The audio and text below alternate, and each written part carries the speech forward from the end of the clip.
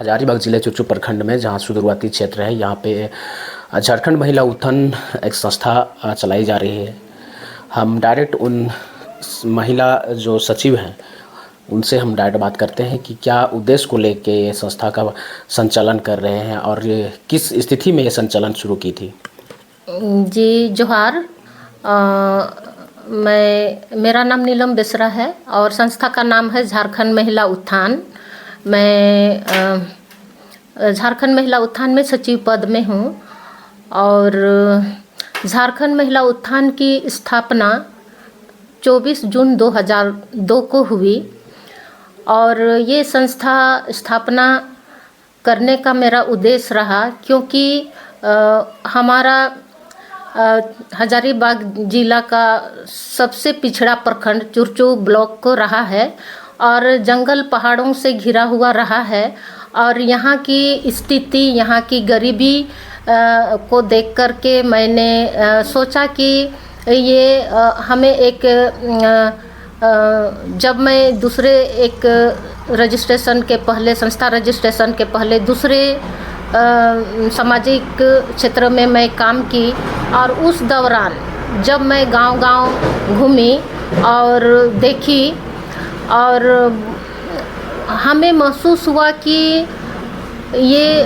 गरीबी और लोगों की समस्या से मैं अवगत हुई और हमें लगा कि हमें इन लोगों के साथ, इन लोगों के लिए काम करने की ज़रूरत है कि मैं खुद एक आदिवासी समुदाय से आती हूँ और मैंने देखा काफ़ी हम दबंगों के द्वारा प्रताड़ित होते थे और उस समय हम महसूस किए कि नहीं, हमें लोगों के लिए काम करने की ज़रूरत है क्योंकि मैं शिक्षित हूँ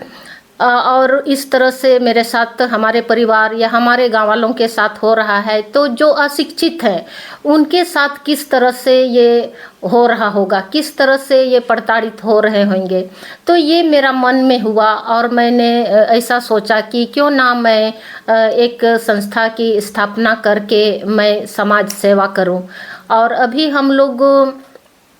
2002 से लगातार हम लोग गांव-गांव में लोगों के साथ जागरूकता मीटिंग करते हैं, उनकी अधिकार की बात करते हैं, समानता की बात करते हैं और नारीवादी नज़रिया की बात करते हैं जो महिलाओं के हक अधिकार के लिए और लड़कियों के हक अधिकार के लिए ये बात करे। तो यही सिलसिले में काफ़ी हम लोग ने अभी ये काम किया है और कम से कम अभी 2002 से लेकर के अभी तक हमारे साथ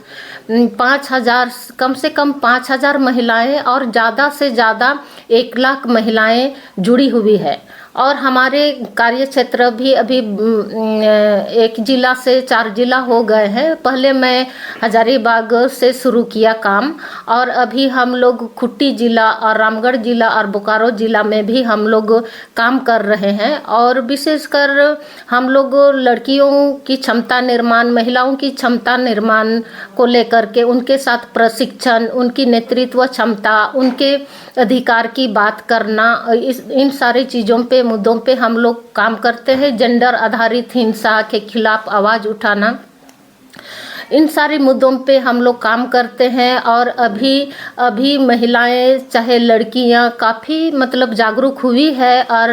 अपने हक अधिकार की बात करती है, महिलाओं की हक अधिकार की बात करती है परिवार में या समुदाय में। हम लोग कोशिश ये किए हैं कि लड़कियों की क्षमता ये छिपी हुई है, उस छुपी हुई क्षमता को निखारने के लिए उनके साथ हम लोग लगातार बात कर रहे हैं, बाल विवाह रोकथाम की लगातार बात कर रहे हैं, उनकी अधिकार की बात कर रहे हैं। तो जेंडर आधारित हिंसा, जेंडर समानता, जेंडर असमानता, ये सारे मुद्दों पे हम लोग बात करते हैं और इस मुद्दों को लड़कियों ने समझा है और हम लोग कोशिश करते हैं जितना ज़्यादा हो सके महिला चाहे लड़कियों को ज़्यादा से ज़्यादा उस तरह का स्पेस दे, उस तरह का जगह दे जहाँ कि वे अपने हक अधिकार की बात कर सकें, अपनी जो अंदर की छुपी हुई क्षमता है उसको निखार सके, उस तरह का हम लोग स्पेस देते हैं, मौका देते हैं। जैसे आप संस्था शुरू किए तो क्या सहयोग मिला, आप कितने, कौन कौन आदमी आपको सहयोग किए? और ज़्यादातर तो हमें समुदाय से सहयोग मिला है, इसीलिए ज़्यादा से ज़्यादा हमें समुदाय से सहयोग मिला है, पंचायत प्रतिनिधियों से सहयोग मिला है और बुद्धिजीवी से सहयोग मिला है। और इसके तहत उनकी नेतृत्व में हमें बहुत सारी सरकारी योजनाओं को दिलवाने में मुझे मदद मिली है। एक पहचान ये समुदाय में बन पाई है, या हमारे जो जिस क्षेत्र में हम काम करते हैं वहाँ की पदाधिकारियों के ये सामने हमारी पहचान बन पाई है, और उसके तहत हम कामों को हम करते हैं और समुदाय को आगे लाना, उनकी मदद करना मिलकर। आखिर आप कैसे सोचे कि हमको महिला उत्थान के द्वारा ही लोगों को के लिए काम कर सकते हैं, कैसे आपको सोचा? हाँ, ये सोच मेरा एक बचपन से ही था, और मैं एक मिशनरी ये स्कूल से पढ़ाई की, और मिशनरी से ही मैं टीचर ट्रेनिंग भी की, और कॉलेज में काम करते हुए ही मैं मतलब ग्रेजुएशन तक पढ़ी। इसके बाद मतलब दूसरे संस्था में मैं काम करते रही, और वहाँ से मुझे अनुभव हुआ समाज में काम करने की, ये कैसा काम किया जाता है उसका जो अनुभव है वहाँ से मैंने प्राप्त किया। और उसी दौरान मैंने समस्या को भी देखा, और उसी दौरान मुझे बहुत तरह का ट्रेनिंग भी मिला अलग अलग जगह पे। इससे मुझ में जो सीख हमको मिलना था वो मिला, और मेरा सोच भी उस तरह का ये हुआ। और उसमें दूसरे संस्था या दूसरे सामाजिक क्षेत्र में मैं काम करती थी, तो किन्हीं के अंदर मैं काम करती थी, तो जिस तरह से मेरा सोच था उनके साथ काम करने का, उनके समस्याओं के ऊपर काम करने का, वो हम नहीं कर पाते थे, क्योंकि कुछ मतलब बटा हुआ रहता था कि यही काम करना है, तो उसी में मैं सीमित रह जाती थी। तो लंबे समय का अनुभव लेकर के और आम सहमति लोगों के पास जब बात रखी, तो उन लोगों ने भी हमें प्रोत्साहित किया कि ठीक है। तो आम सहमति के तहत ही मैंने लगा कि एक अलग संस्था का निर्माण हमको करना है, और संस्था का नाम भी हम लोग मिल कर के ही हम लोग रखे, आम सहमति से ही रखे, झारखंड महिला उत्थान,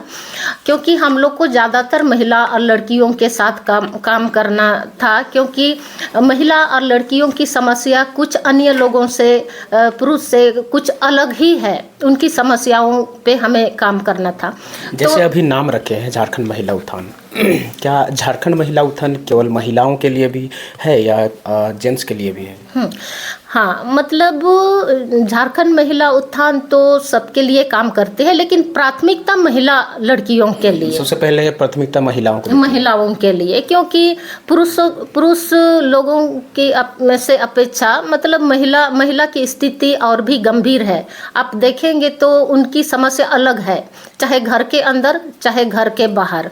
तो इसीलिए मैंने महिला लोग को प्राथमिकता देती हूँ, और इसीलिए आप नाम भी आप महिला झारखंड महिला उत्थान नाम रखी। इसीलिए भी मैं संस्था का नाम भी झारखंड महिला उत्थान रखी हूँ, और झारखंड में ही हमको काम करना है, ये मेरा सोच है। जैसे अभी चुरचू प्रखंड में आपका संस्था चल रही है, यहाँ सबसे बड़ा जो प्रॉब्लम होती है यहाँ पे रोजगार हो या जॉब से संबंधित हो, क्या इसमें क्या पहल करती है आपका संस्था? संस्था डायरेक्ट रूप से तो इस तरह का ये नहीं, मतलब पहल तो नहीं, लेकिन मैं शुरू में ही बताई कि मैं महिला लोग को तैयार करती हूँ, जैसे एसएचजी लीडर उस लायक बने कि मतलब कहीं और जाके जॉब कर सकते हैं, इस लायक आप तैयार करते हैं। हाँ, उन लोग को प्रशिक्षण देते हैं, लड़कियों को प्रशिक्षण देते हैं, ताकि उनके अंदर जो झिझक है, जो डर है, वो खत्म हो, उनमें नेतृत्व क्षमता विकास हो, और जिस तरह से मैं कर पा रही हूँ, मैं लीडरशिप कर पा रही हूँ, मैं बतला पा रही हूँ, उस तरह से वो तैयार हो और उस लायक बने। चाहे खुद कहीं से भी जो सरकारी स्कीम है, कहीं भी वो खड़ा होके वो बात कर सके और कुछ कर सके, काम कर सके। अभी के समय में, पहले जैसे आपने बताया कि 2002 में जब काम को स्टार्ट करने से पहले आप बहुत सारे लोगों से दबे कुचले लोग थे, इस समय आपको काम करने के लिए भी खुला उतना नहीं मिल रही थी। अभी के अपेक्षा में, अभी और पहले के अपेक्षा में क्या देखते हैं, अभी कितना बदलाव हो पाया है आपका संस्था के द्वारा? 2002 से लेकर के अभी तक जिनके बीच भी हम काम किए, वो दिख रहा है, अभी बदलाव हमें दिख रहा है। मैंने कोशिश किया चिन्हित लोगों के साथ काम करने का, चिन्हित लोगों को लीडरशिप उनके ये में लीडरशिप डेवलप करने का। तो मैं अभी तक जो बदलाव देख पा रही हूँ, चाहे पंचायत प्रतिनिधि इधर झारखंड चुनाव के बाद जो पंचायत प्रतिनिधि आए उनके साथ भी मैंने लगातार काम किया, उनको प्रशिक्षण किया, मुद्दा के प्रति उनकी समझ, उनकी हक अधिकार के प्रति उनको जागरूक किया। तो उन लोग भी अपने अपने क्षेत्र में काफ़ी वो काम कर पा रहे हैं और मुद्दों को समझ रहे हैं और उस नारीवादी नज़रिया के तहत वो काम को कर रहे हैं। महिलाओं के लिए, लड़कियों के लिए ग्राम सभा में भी महिलाओं को बोलने का मौका दिया जाता है, निर्णय लेने की मौका दी जाती है। तो इस तरह से पंचायत प्रतिनिधि में बदलाव हमें दिख रहा है। और लड़कियों का हम बात करें, जो हम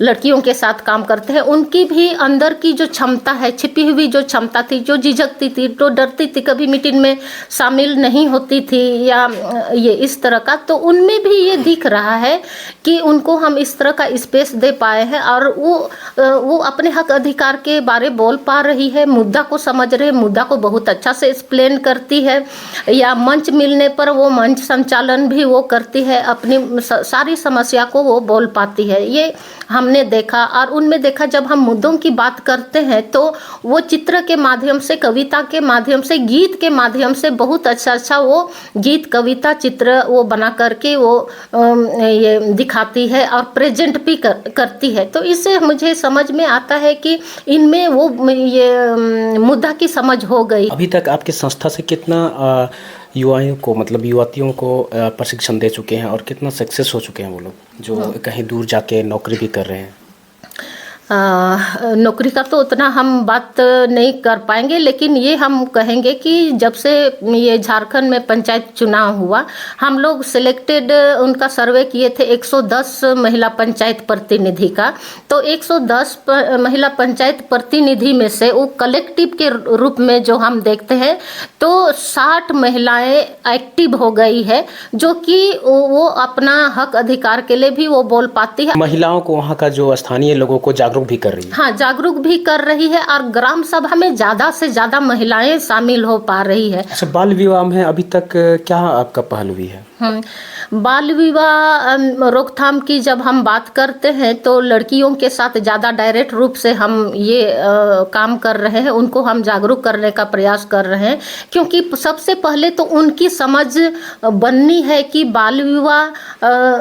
नहीं करना क्यों जरूरी है, मैंने क्यों बाल विवाह नहीं करना है। इसके बाद उनकी जब समझ बढ़ जाएगी तो वो बोलेगी कि हमको अभी छोटे उम्र में हमको नहीं, मेरा शादी का उम्र नहीं है, अभी हम नहीं शादी करेंगे। 2002 से लेके अभी तक कहीं वैसा हुआ हो कि ये बाल विवाह किया गया हो और आप लोगों के सहयोग से द्वारा फिर उसको ना कराया गया? हम अभी मतलब ऐसा तो नहीं बोल सकते हैं, लेकिन इनडायरेक्ट में हम ये बोल सकते हैं कि हम लोग इस तरह से एक गांव में, हम गांव का नाम तो नहीं लेना चाहेंगे क्योंकि उस तरह का हम नहीं करना है, तो वहाँ पर लड़कियों ने मिल करके एक किशोरी का बाल विवाह को वो रोक पाई है, क्योंकि वो उनका बाल विवाह मतलब शादी तय हो गया था। वो लड़की थी अभी 16 साल की, और किशोरी मीटिंग जब करती है तो लड़कियां वो भी बात करती है, अपना समस्या के ऊपर भी बात करते हैं। उनको इच्छा नहीं था शादी करने का, उन्होंने बताया कि ऐसा ऐसा बात है, अपनी किशोरी ग्रुप में बोली। फिर वो किशोरी जा करके उनके माँ बाप से बात किए, क्योंकि वो लड़की खुद से बोल रही थी तो उनके माँ बाप नहीं मान रहे थे। वो चाह रहे थे कि लड़का अच्छा है, चलो मतलब कर लो, पता नहीं मिलेगा कि नहीं मिलेगा। लेकिन फिर दोबारा से फिर लड़कियां गई और उनके माता पिता से वो बात किए और वो शादी रुक गया है और अभी है। और एक और उन बाल विवाह रोकने का एक और है, वो है एक और गांव का, वो उसकी माँ मुंह से भी वो मतलब नहीं बोल पाती है, काम से भी उनको सुनाई नहीं देता है। लेकिन उनकी बेटी का बाल विवाह हो रहा था तो जब किशोरियों ने और संस्था के कार्यकर्ताओं ने मिल करके उनकी माँ से बात किया, तो उसकी माता ने वो लड़की भी, उसकी बेटी भी नहीं चाहती थी कि मेरा अभी तुरंत शादी हो, तो उनकी माँ को समझाया, तो उनकी माँ समझ गई और अपनी बेटी का बाल विवाह को रोकी। और इसके अलावा एक इस तरह का मतलब विकलांगता है, फिर भी वो दूसरे का भी बगल घर की लड़की का शादी होने वाला था छोटे ये में 17 साल में, वो भी वो रोकी। तो इस तरह से ये महिलाएं वो समझ पाई है, बाल विवाह को रोक रही है, और लड़कियां भी खुद से भी वो ग्रुप मिल करके वो रोकने का प्रयास कर रही है। और अभी तो बाल विवाह कानूनी अपराध है। और ये भी बतलाते हैं कि मान लिया हम छोटे उम्र में शादी करते हैं तो किस तरह से शारीरिक, मानसिक, आर्थिक रूप से लोग प्रताड़ित होते हैं वो ससुराल में जाके, या उनके लिए फिर आगे दिन शिक्षा भी उनकी रुक जाती है, अपने पैर पे खड़े नहीं हो पाती है। तो ये सारी समस्या से उन लोग को अवगत करते हैं। पूर्व बाल विवाहित महिलाओं से भी हम लोग बात करते हैं, उनको भी इंटरफेस ट्रेनिंग में शामिल करते हैं। उसमें लड़कियां रहती है और पूर्व विवाहित महिलाएं रहती है, तो वो अपना समस्या बताती है कि वो छोटी उम्र में उनका शादी हुआ था, तो उनके साथ क्या क्या परेशानी हुई। तो वो उससे, ये उदाहरण से ये लड़कियां वो सीखती है, सुनती है, और कोशिश होता है कि मतलब हम नहीं शादी करें छोटे उम्र में। फिर हम लोग उनके माता पिता के साथ भी ये बात करते हैं, तो इस तरह से बाल विवाह को हम लोग रोक पा रहे हैं। आगे आने वाले दिनों में और क्या बेहतर कर सकते हैं झारखंड महिला उत्थान? आगे के दिनों में हम लोग सोचे हैं कि ये तो मुद्दा तो है ही, समस्या है, महिलाओं में नेतृत्व क्षमता या मुद्दों की समझ तो हो रही है, लेकिन वो हम देख पा रहे हैं कि रोजगार,